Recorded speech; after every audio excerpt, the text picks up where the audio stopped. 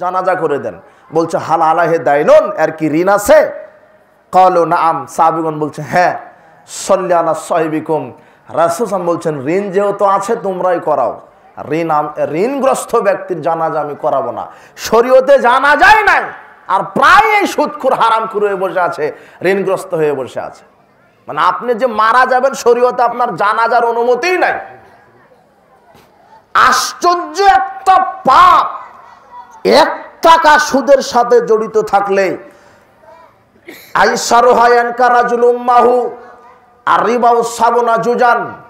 সুদের পাপ 70 রকমের। কত রকমের? সুদের সাথে জড়িত থাকলে শুধু এক রকম পাপ হয় না, 70 রকমের পাপ হয়। তার মধ্যে সবচাইতে ছোট পাপ হলো নিজের মায়ের সাথে জেনা করা। সমাজে প্রায় হারামখোর সুদখোর।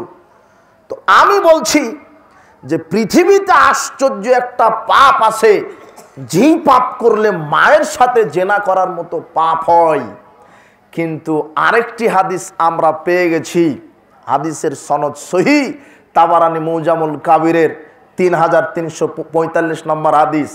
আব্দুল্লাহ বিন আমর রাদিয়াল্লাহু আনহু বলছেন রাসূল সাল্লাল্লাহু আলাইহি সাল্লাম বলেছেন, এখন আমরা বক্তব্য চেঞ্জ করে বলছি কি, পৃথিবীতে আশ্চর্য 2টি পাপ আছে, যেই 2টি পাপ করলে ওই রকম পাপ হয়। এর আগে আমরা বলেছি পৃথিবীতে আশ্চর্য একটা পাপ আছে, পৃথিবীতে আশ্চর্য একটি পাপ আছে, যেই পাপ করলে মায়ের সাথে জেনার মতো পাপ হয়। এখন আমরা বক্তব্য ঘুরিয়ে বলছি পৃথিবীতে আশ্চর্য কয়টা পাপ আছে? 2টা, যেই 2টা পাপ করলে মায়ের সাথে শুধু নয়। রাসূল সাল্লাল্লাহু আলাইহি সাল্লাম বলছেন আল খামরু মুল ফাওয়াহিশ, বিড়ি সিগারেট জর্দা ইয়াবাগুল, এগুলি সব অশ্লীল কাজের মা।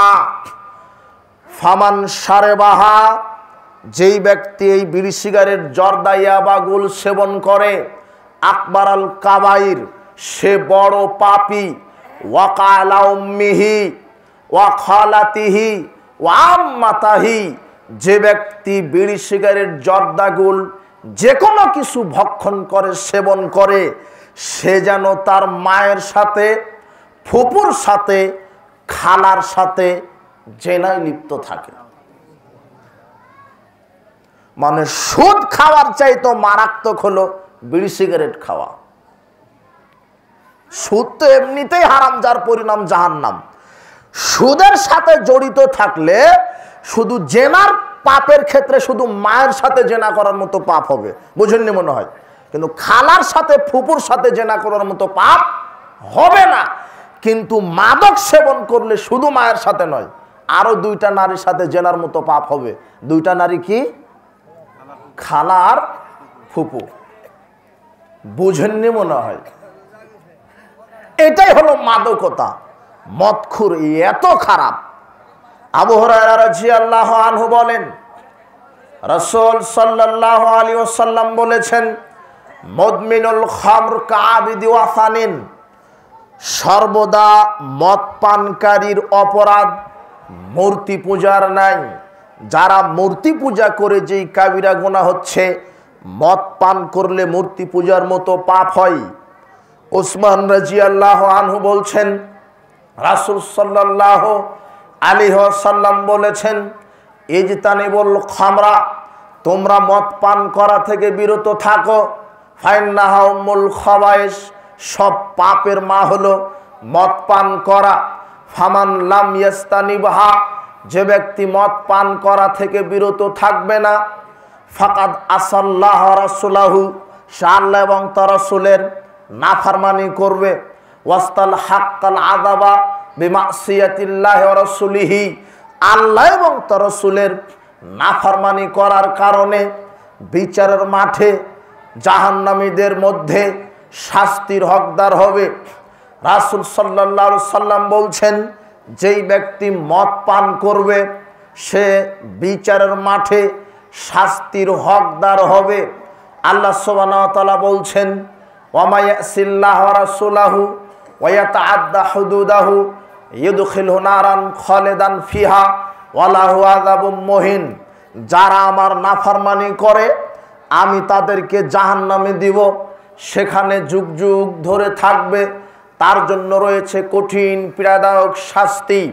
যারা মাদক সেবন করে এরা আল্লাহর সাথে নাফরমানি করে, আর আল্লাহর সাথে যারা নাফরমানি করে আল্লাহ তাদেরকে জাহান্নামে শাস্তি দিবেন।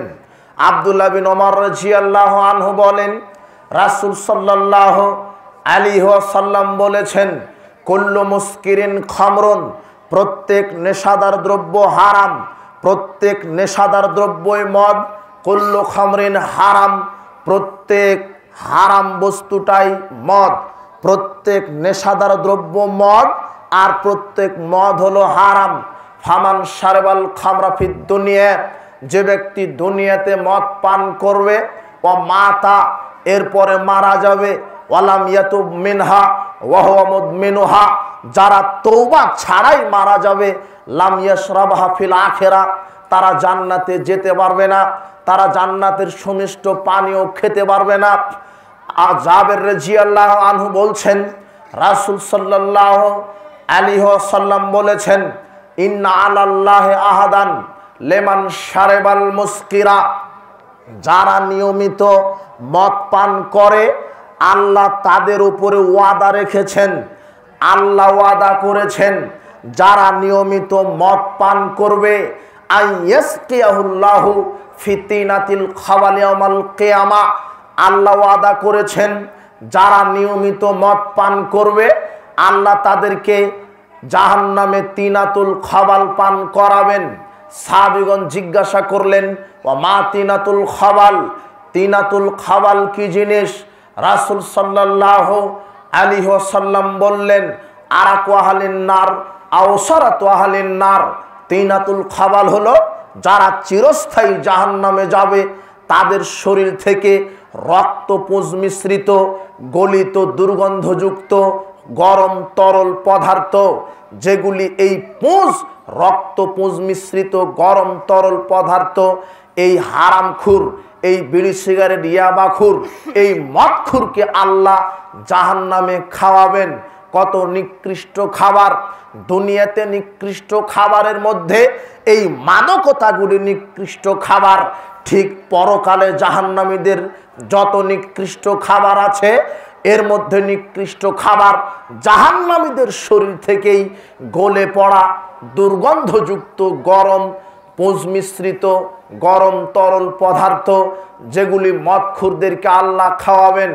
কাজেই সুস্থ মানুষ, ইমানদার মানুষ, যারা বিবেকবান মানুষ, তাদেরকে আজকে তওবা করতে হবে এই মাদকতা থেকে। আমার ইমান, আমার আমল টিকাতে, আমার আমলকে টিকাতে হারাম খাওয়া থেকে নিজেকে বাঁচিয়ে রাখতে হবে। বলছিলাম মদখুর এরা এত খারাপ, মদ যে খায় তার শরীর হারাম হয়। আবু বকর রাদিয়াল্লাহু আনহু বলছেন, রাসূল সাল্লাল্লাহু আলাইহি ওয়াসাল্লাম বলেছেন, লা ইয়াদখুলুল জান্নাতা জাসাদুন গুযিয়া বিল হারাম, হারাম খাদ্য দ্বারা যেই শরীর গঠিত হয়েছে সেই শরীর জান্নাতে যাবে না। যেই শরীরটা হারাম খাদ্য দ্বারা গঠিত হয়েছে, যার মাংস হারাম, যার রক্ত হারাম, যার শরীরটা হারাম খাদ্য দ্বারা গঠিত হয়েছে, সে জান্নাতে যাবে না। আবু দারদা রাদিয়াল্লাহু আনহু বলেন, রাসূল সাল্লাল্লাহু আলাইহি ওয়াসাল্লাম বলেছেন, লা ইয়াদখুলুল জান্নাতা মুদমিনু খামর, যারা নিয়মিত মদ পান করে, বিড়ি সিগারেট জর্দা ইয়াবাগুল ভক্ষণ করে, এরা জান্নাতে যাবে না। আব্দুল্লাহ বিন আমর রাদিয়াল্লাহু আনহু বলেন, রাসূল সাল্লাল্লাহু আলাইহি ওয়াসাল্লাম বলেছেন, লা ইয়াদখুলুল জান্নাতা আক্কুন, পিতা মাতার অবাধ্য সন্তান জান্নাতে যাবে না। ওয়ালা কাম্মারুন, যারা জুয়া এবং লটারিতে অংশগ্রহণ করে তারা জান্নাতে যাবে না। ওয়ালা মান্নান, যারা দান করার পরে খোঁটা দেয় তারা জান্নাতে যাবে না। 4, যারা নিয়মিত মদ পান করে এরা জান্নাতে যাবে না। আম্মার বিন ইয়াসার রাদিয়াল্লাহু আনহু বলেন, রাসূল সাল্লাল্লাহু আলাইহি ওয়াসাল্লাম বলেছেন, সালাসাতুন লা ইয়াদখুলুনাল জান্নাতা আবাদা, 3 শ্রেণীর মানুষ কখনো জান্নাতে যাবে না। 1, মুদমিনুল খামর, যারা নিয়মিত মদ পান করে। 2 ওয়ারাজলাতুম মিনান নিসায়ে, যেই নারী পুরুষের শার্ট গেঞ্জি প্যান্ট পরে রাস্তাঘাটে চলে, যেই নারী উলঙ্গ হয়ে রাস্তাঘাটে চলে, যেই নারী বেহায়া হয়ে বেশর্মা হয়ে নির্লজ্জ হয়ে মানুষের পাশ দিয়ে রাস্তাঘাটে স্কুল কলেজ মাঠে ময়দানে উলঙ্গ হয়ে পুরুষের শার্ট প্যান্ট গেঞ্জি পরে রাস্তা দিয়ে চলে, এই নারী জান্নাতে যাবে না। 3 আদ-দায়ুস আল্লাযী কুরফি আলিল খাবাসা, যে তার মেয়ে এবং স্ত্রীকে উলঙ্গ হয়ে ঘোরার সুযোগ দেয়, এ হলো দায়ুস। দায়ুস জান্নাতে যাবে না। ইবনে ওমর রাদিয়াল্লাহু আনহু বলছেন, রাসূল সাল্লাল্লাহু আলাইহি ওয়াসাল্লাম বলেছেন, সালাসাতুন কাদ হারামাল্লাহু আলাইহিমুল জান্নাহ, 3 শ্রেণীর মানুষের উপরে আল্লাহ জান্নাতকে হারাম করেছেন। 3 শ্রেণীর মানুষের উপরে আল্লাহ জান্নাতকে হারাম করেছেন। 1 মুদমিনুল খামর, যারা মদ পান করে। 2 আক্কুল লিওয়ালিদাইহি, যারা পিতামাতার অবাধ্যতা দেখায়। 3 ওয়াদায়ুস আল্লাযী কুরফি আলিল খাবাসা, যে তার মেয়ে তার স্ত্রীকে রাস্তাঘাটে উলঙ্গ হয়ে ঘোরার সুযোগ দেয়, এ জান্নাতে যাবে না। কয়েকটা হাদিস আপনাকে সিরিয়ালে বলে বোঝাতে চাচ্ছি, মদখোরের উপরে আল্লাহ জান্নাতকে কি করেছেন? হারাম। হারামখোরের উপরে আল্লাহ জান্নাতকে কি করেছেন? হারাম। পৃথিবীতে আশ্চর্য 2টি পাপ, বলতে গেলে 3টি পাপ আছে। পৃথিবীতে বলতে গেলে আশ্চর্য 3টি পাপ আছে, যেই 3টা পাপী ব্যক্তির জন্য দোয়া করা হারাম। পৃথিবীতে আশ্চর্য 3টা পাপ, যেই 3টা পাপীর জন্য দোয়া করা হারাম। তার 1, যদি কেউ শিরক করে মারা যায়, তার জন্য দোয়া করা হারাম। আল্লাহ সুবহানাহু ওয়া তাআলা বলছেন, মা কানা লিন নাবিয়্যি ওয়াল্লাযিনা আমানু আয়াস্তাগফিরু লিল মুশরিকিন, কোন নবী রাসূলের জন্য, কোন মুমিন নারী পুরুষের জন্য, মুশরিকের জন্য দোয়া করা উচিত নয়। মুশরিক কে? যা আল্লাহর সাথে শিরক করে মারা যায়, যে কবরে সেজদা দেয়, যে পীরকে সেজদা দেয়, যে মাজারে সেজদা দেয়, যে কবরে গরু খাসি ছাগল টাকা মানত করে, যে কবরে মৃত পীর জীবিত আছে বলে বিশ্বাস করে, যে বলে যে মৃত পীর মানুষের কল্যাণ অকল্যাণ করতে পারে, যে ধারণা করে কবরবাসীর উসিলায় কিছু চাইলে আল্লাহ প্রদান করে, কবরবাসীর উসিলায় কিছু চাওয়া, মাজারে পীরের নামে কিছু মানত করা, পীরের নামে কিছু মানত করা, পীরের কাছে কিছু চাওয়া, এগুলি শিরক হয়। যারা শিরক করে মারা যায়, যারা মূর্তিকে সম্মান করে মারা যায়, যারা মাজার কবর খানকাকে পূজা করে মারা যায়, এরা হলো মুশরিক। এই মুশরিকের জন্য দোয়া করা হারাম, এটা মরার পরে। কিন্তু আশ্চর্য 2টা পাপ আছে, যেই 2টা পাপী জীবিত থাকলেও তার জন্য দোয়া করা হারাম। যেই 2টা পাপী তারা জীবিত আছে, তারা ক্ষতিগ্রস্ত আছে, তারা অসুস্থ আছে, তারা বিপদগ্রস্ত আছে, তারা বিপদে থাকলেও তাদের জন্য আপনি দোয়া করতে পারবেন না। এরা কত বড় খারাপ! 1 হারামখোর। হারামখোর যদি জীবনে বেঁচেও থাকে, হারামখোরের জন্য দোয়া করা যাবে না। যে সুদখোর, যে ঘুষখোর, যে ইয়াবাখোর, যে ফেন্সিডিলখোর, যে মদখোর, যে চোর, যে ডাকাত, যে এই হারামখোর, এর জন্য দোয়া করা হারাম। লোকটা অসুস্থ, লোকটা বিপদে, একে বলতে পারবেন না যে আল্লাহ বিপদ থেকে উদ্ধার করো, আল্লাহ অসুস্থ হয়ে আছে সুস্থতা দান করো, এইভাবে দোয়া করা যাবে না। বলেন তো কার জন্য? হারামখোরের জন্য দোয়া করাই হারাম। বাহিরে কথা হচ্ছে মনে হয়। হ্যাঁ, কিসের ওয়াজ? হ্যাঁ, আমি কি 1 মিনিটে মহিলাদের ওয়াজ, মাদকতার ওয়াজ, সুদের ওয়াজ করতে পারবো? আমার সময় লাগবে না?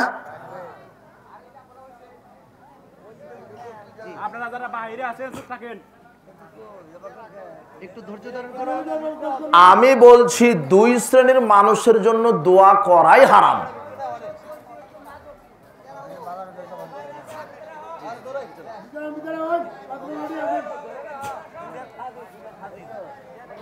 তার মানে আমি যে বললাম, মানে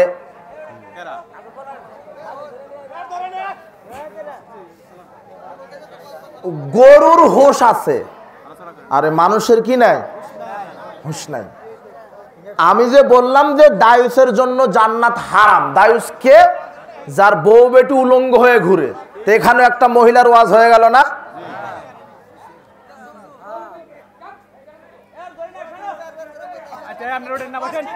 আপনারা বসেন।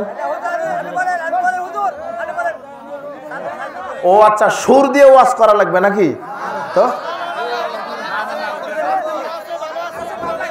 আলহামদুলিল্লাহ, বাইরে আমি জনগণকে বলছি, আপনারা হুজুর যে ওয়াজ করছে, আপনাদের যদি ভুল ধরার মতো সাহস থাকে, কোরআন হাদিসে ভুল ধরবে। আর যদি কোরআন হাদিসে প্রমাণ দিয়ে না যেতে পারে, তাহলে না ওনার দোষ। উনি যে ওয়াজ করতেছে, সঠিক ওয়াজ করতেছে আমার যে জ্ঞানে বলে। আপনারা যারা বাইরে কথা বলছেন, আপনারা ভিতরে এসে বসেন, বসার পর যদি কোনো প্রশ্ন থাকে উনি প্রশ্ন উত্তর দিবেন, কোনো সমস্যা নেই। আচ্ছা, বসেন বসেন। আচ্ছা, আপনারা উঠেন না, বসেন। আমি এখানে এক একটা কথা বলছি, আরবি এবারাত, বাংলা অনুবাদ সহ, তাই না? আপনার হুজুরকে নিয়ে আসেন দেখি। আপনার হুজুর বম মারলে মুখ থেকে 2-10টা হাদিস আরবিতে ইবারত করে বের হবে না, এমনিতেই গল্প কিচ্ছা কাহিনী বলে। আমি এখানে কি আমি নিজের বাপের বানানো কথা বলছি? না, আমার প্রত্যেকটা কথাতে দলিল আছে। আমি যে বলছি যে হারামখোরের জন্য দোয়া করাও কি হারাম।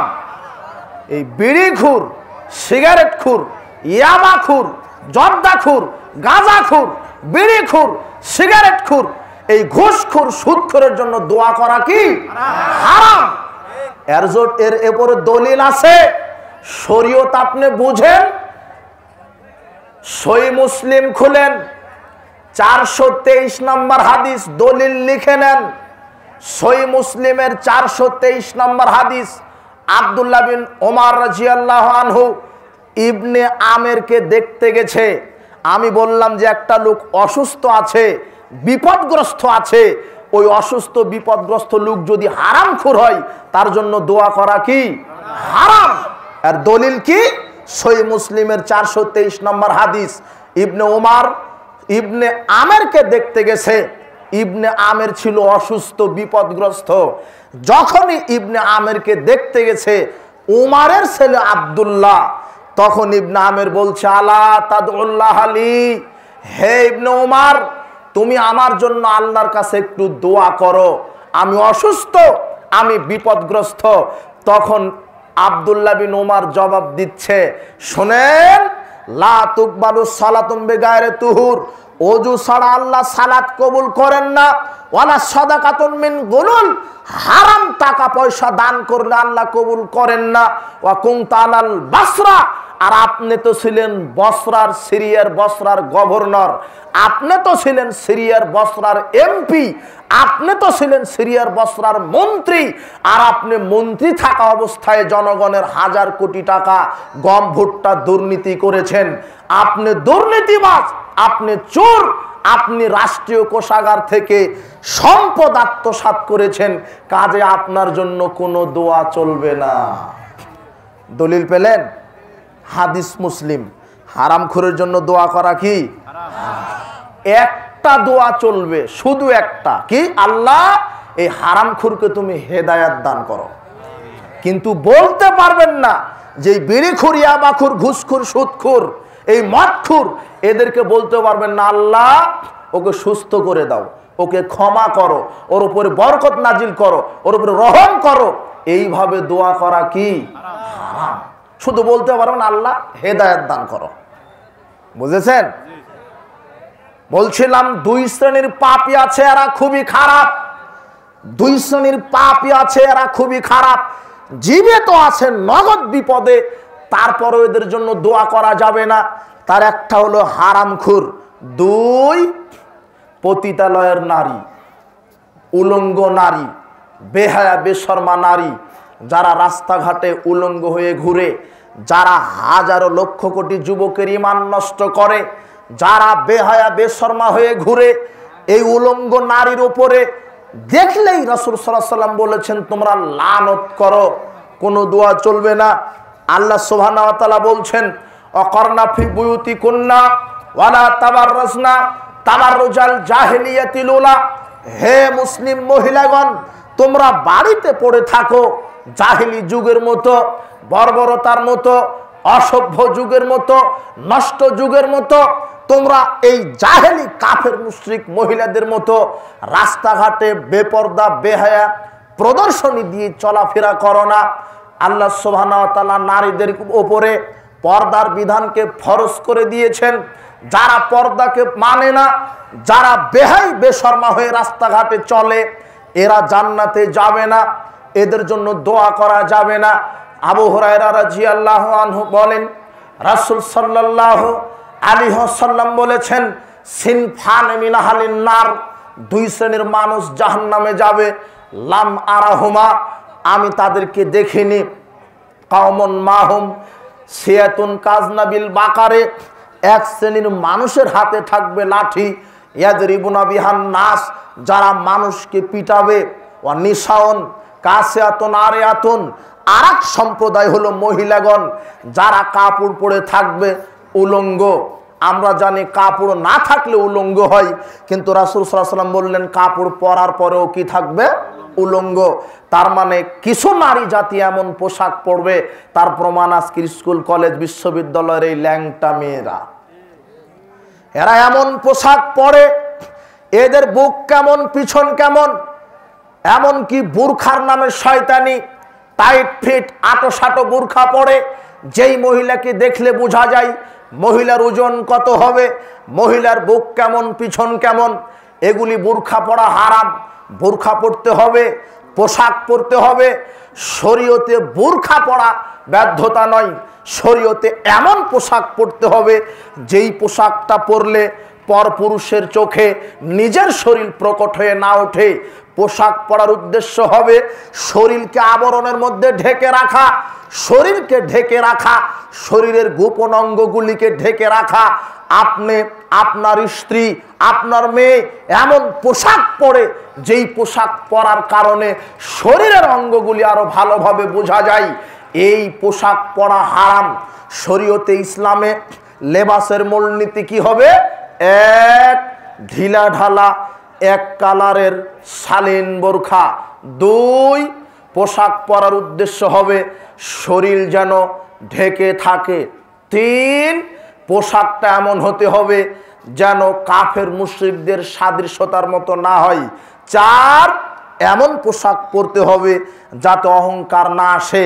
কেমন? পুরুষদের জন্য স্বর্ণ ব্যবহার করা হারাম, পুরুষ স্বর্ণ ব্যবহার করতে পারবে না। পুরুষের জন্য রেশমি পোশাক পরা হারাম, পুরুষ রেশমি পোশাক পরতে পারবে না। পুরুষের জন্য প্যান্ট পাজামা লুঙ্গি টাকনুর নিচে পরা হারাম, তবে মহিলা স্বর্ণ রেশমি পোশাক ব্যবহার করবে, কিন্তু পুরুষের উপরে স্বর্ণ হারাম। মহিলারা প্যান্ট পাজামা টাকনুর নিচে রাখবে, টাকনুর নিচে তো রাখবে, পায়ের পাতা প্রকাশ পাওয়াটাও হারাম। কিন্তু বর্তমান সমাজে নারীরা টাকনুর ওপরে পড়ে আর পুরুষ টাকনুর নিচে পড়ে। এখানেই যুবক হয়ে গেছে হিজড়া আর তোমার বোন হয়ে গেছে পুরুষ।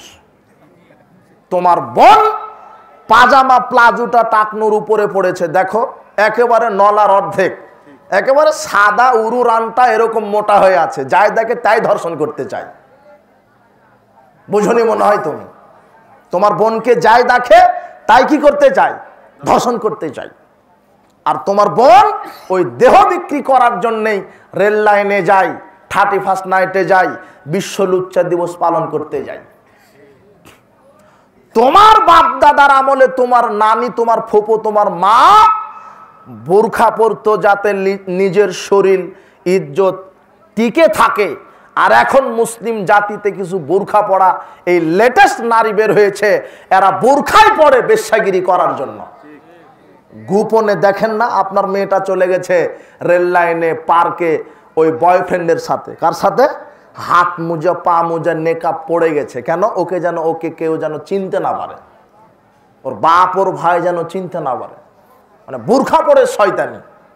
আর এমন বোরখা পড়েছে যে পিছন, পাছা, বুক সব বোঝা যায়, একেবারে ল্যাংটা। আবার ধাপ দিলে দেখবেন যে পায়জামা কি কালারের পড়েছে তাও বোঝা যায়, কি কালার, ধাপ দিলে আর এক কালার বের হচ্ছে। এগুলি সব শয়তানি পোশাক। বলছিলাম